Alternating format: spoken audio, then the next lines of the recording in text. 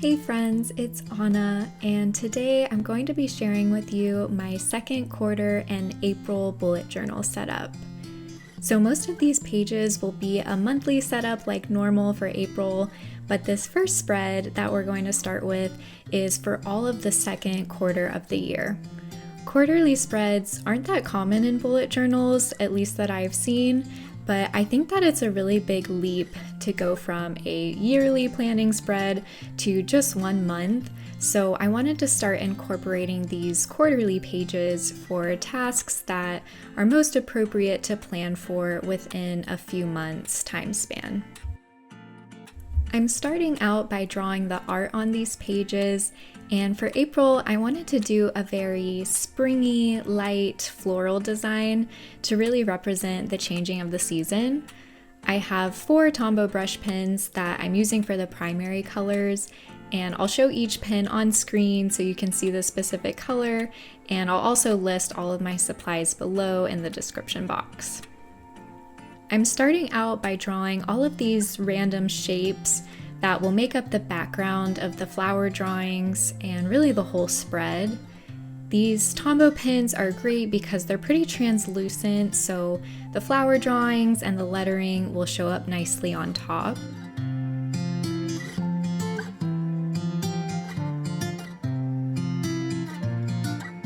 And I'm going to finish off the background with a few little spots of this brighter pink just to add a stronger splash of color.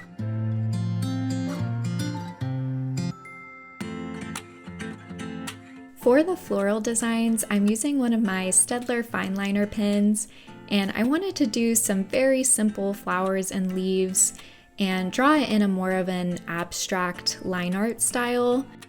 You'll also see me go over all the lines again and purposefully have the second drawing be slightly off from the first.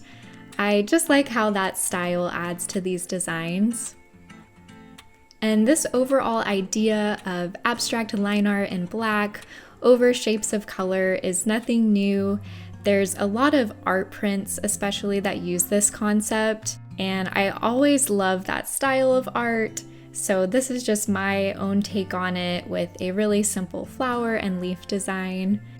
These aren't meant to be any specific type of flower. This is just my personal default for how I imagine the shapes of some basic flowers.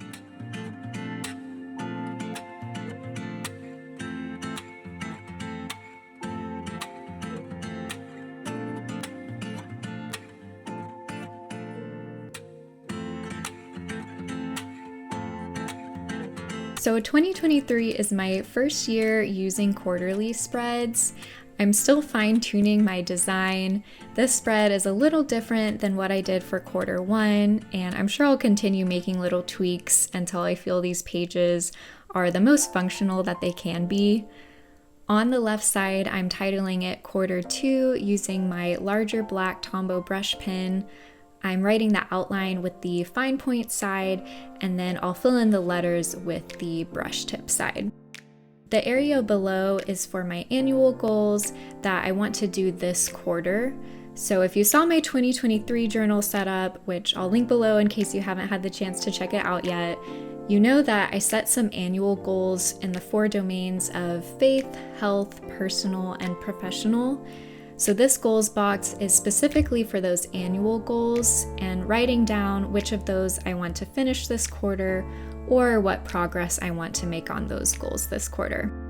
I think that one of the biggest benefits for having these quarterly pages is going to be checking in on annual goals every few months. We are pretty removed from January 1st at this point, so a lot of us might have forgotten about the goals we set at the beginning of the year or have lost the motivation that comes with the start of a new year. So now that we're a few months into 2023, I think this is a great point in time to remind myself of what goals I set, reflect where I am, and make a plan for how I can continue making progress in this next period of the year. As you can see, I created some boxes with my fine liner, and then I'm using the fine tip point of my pink color to outline the boxes again to make them stand out a bit more. As with the drawings, I purposefully created the pink lines to be a little off from the black border to connect back to that abstract art style of the theme. On the right side, I have my rolling quarterly page. This is for any tasks that I want to get done within these next few months. I have a few in mind that I'll write in at the very beginning of the quarter, but this is also a place that I can put tasks that just come up. For example, if a task comes up in April and I don't think I can get it done within the month, but I do want to get it done sooner rather than later, I can write that here and be reminded of it when I'm planning May or June. And here's the final quarter 2 spread. Moving on to our April setup, the first pages will be my calendar spread as usual. I'm writing the month up top with my large brush pen in a calligraphy font, and I'm going to use pretty much the same design for this calendar spread as I have been using so far this year. Below the title, I'm drawing the month's calendar, which will take up most of the pages. Each box in the calendar is 5x5 squares in my dotted notebook like usual. There isn't a ton of space in each box with this design, but since I only record personal events or travel on this calendar, and I have pretty small handwriting, it's enough space for me. And here's Coco, who wanted to help out with the April planning. You might have noticed I drew one of my lines too long, so I'm using this Jelly Roll white gel pen to white that out. White gel pens are one of my favorite methods for going over smaller mistakes, especially since this Jelly Roll pen matches the shade of white on my journal pages really well.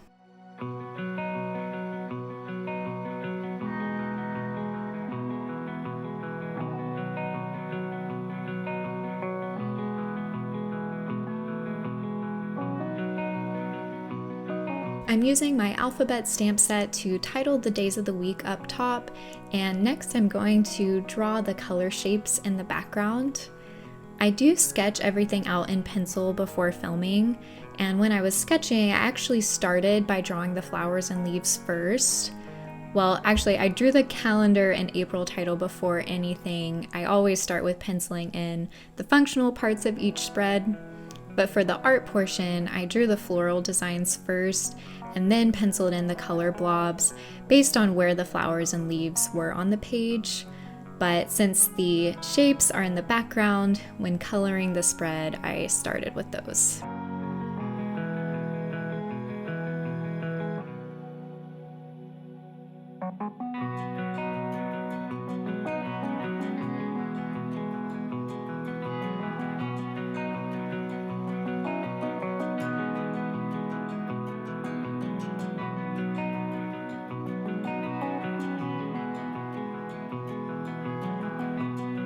Now I'm adding those little pink speckles wherever I think the page could use a little burst of color.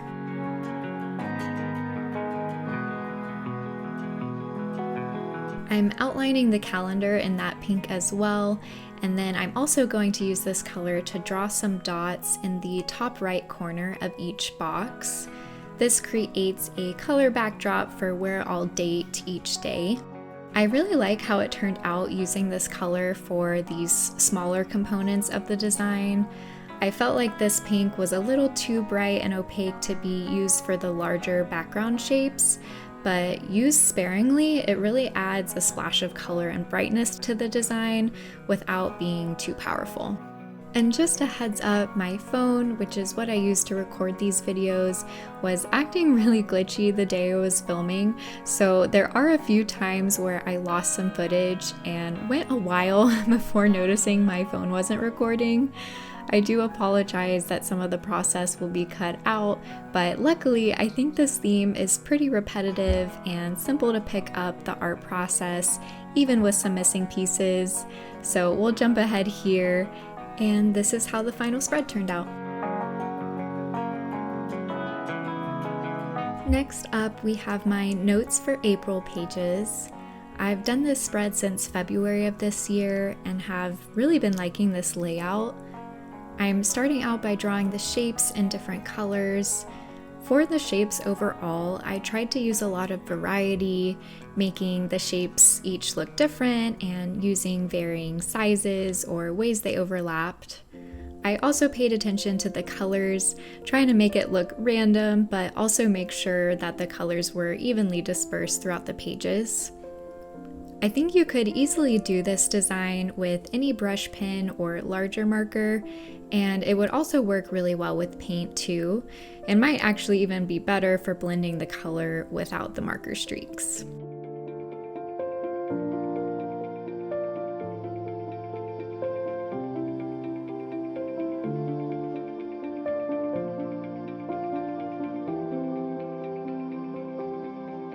Now I'm writing the title, Notes for April, with my small Tombow calligraphy brush pen. This is the soft tip pen. And here's Crookshanks, our other kitty, who also wanted to see what was going on.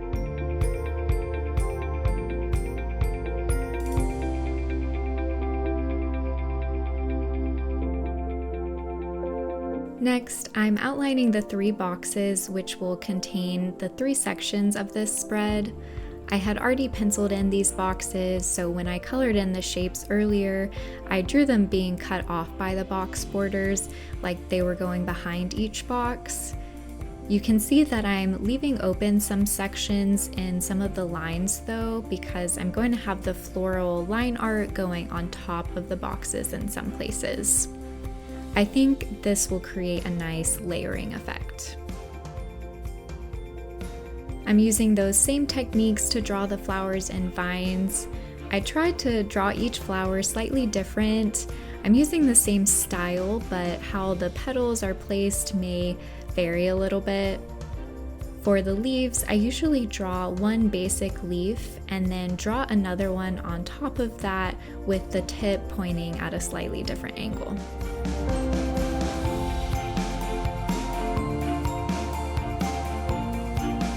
I also do some of the flowers almost from a side angle where you can only see the petals pointing up, and then some of the flowers from more of an overhead view where you can see some of the middle of the flower.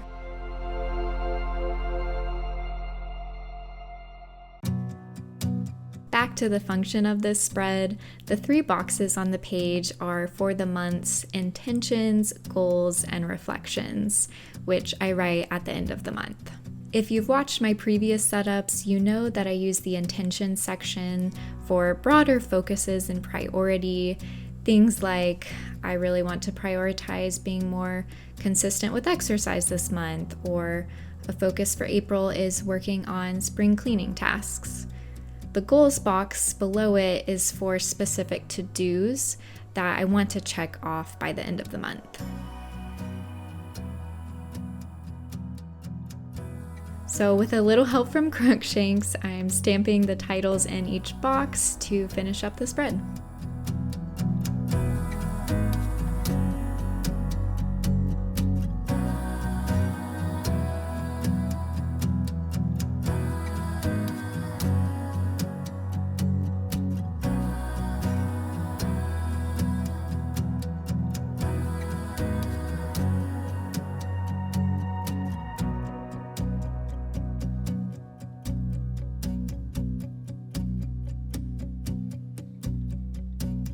Next up, we have my habit tracker, and again, I'll start off by drawing in the shapes in different colors for the background. And at this point, Crookshanks was laying on my lap and assumed my pen was a toy, as he assumes about most objects that move, which I definitely reinforce when I do things like this. But yeah, I think Crookshanks was hanging out with me for the rest of the filming, so you'll see him again. I'm using the same layout for my habit tracker as I normally do. I'll do the title in a calligraphy font and then draw 5 little calendar outlines on the page, each calendar for a habit I'll be tracking. I label the habits below the calendar, and each day I do that habit, I put a little X in that day's box.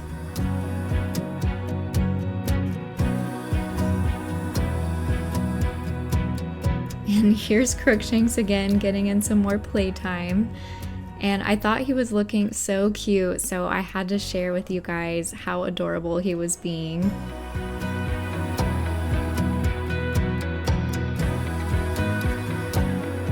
I mean, look at that face.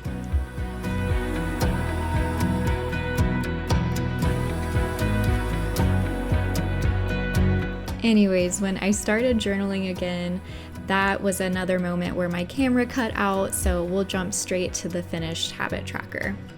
You can see the finished calendars with their labeled habits, and I used the empty space in the bottom left corner to draw 2 flowers and some vines traveling up and to the right from the corner. On the right page, we have my mood tracker, and I actually decided to use a different format for this month. Normally for my mood tracker, I make a key where certain colors represent different moods and then color in each day to get a visual representation of my mood throughout the month. And I think that system is really nice for getting a simplified mood summary for the month with a brief glance. But the main problem is that I usually feel more than one mood per day. It limits how I can define my mood and doesn't give a reason behind the mood if there was one. So I'm going to try out this 1 line a day system. I've seen this several times over the years, but it was a video by the YouTube channel BuJo that inspired me to use this layout, so I'll link her video about mood trackers below. Basically, I have 1 line for each day of the month to summarize my mood. So I can write anything, for example, content and productive throughout the day but anxious in the evening, or I was really happy this Saturday because me and my husband spent the day doing X, or I could just be super brief and write stressed out, which, let's be honest, will probably be a lot of days. I've never used this layout before, so I'm really excited to see how this goes. I'm keeping the art on this page pretty minimal since I'm leaving most of the space open for my 30 lines. So I'm just going to add a vine of leaves to the left side of the days of the month, and then I'll complete the page with some more vines to the right of the title.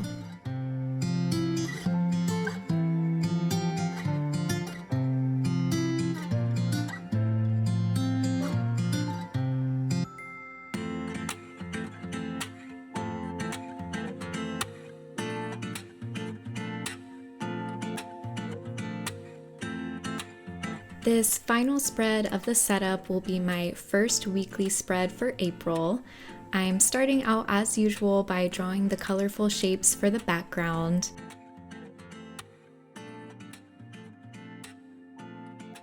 And while I was recording, this spread is actually where I lost most footage, so in a second we'll jump to when the spread is almost complete.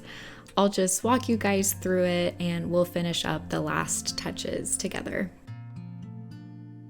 As you can see, I titled the week on the top left page, and each of the 4 columns will be a day of the week. I added some flowers in the top left and bottom right, and drew a trailing vine to connect the 2 art designs. I'm using a faux Dutch door for this weekly, so when I fold the middle page back, you can see the column for my weekly tasks.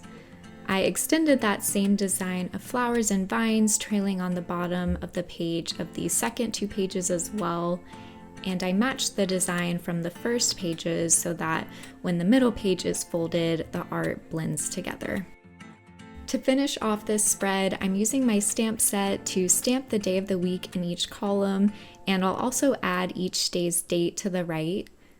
I really love this weekly setup, and I usually get the most use out of it if I fill it in on Sunday with my weekly tasks in that column, and then just add any events on the specific days I have or important notes.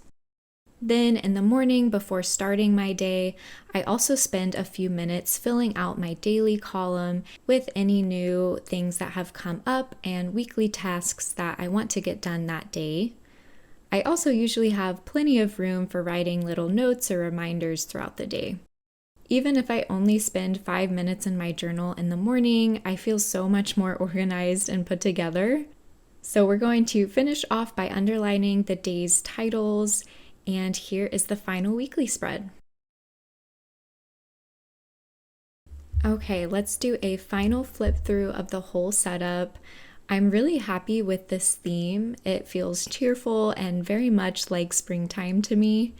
It was also very quick to draw, which I always appreciate.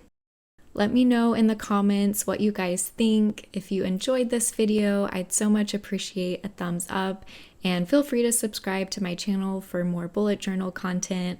I'd love to have you here. Thank you guys so much for watching, and have a wonderful rest of your day.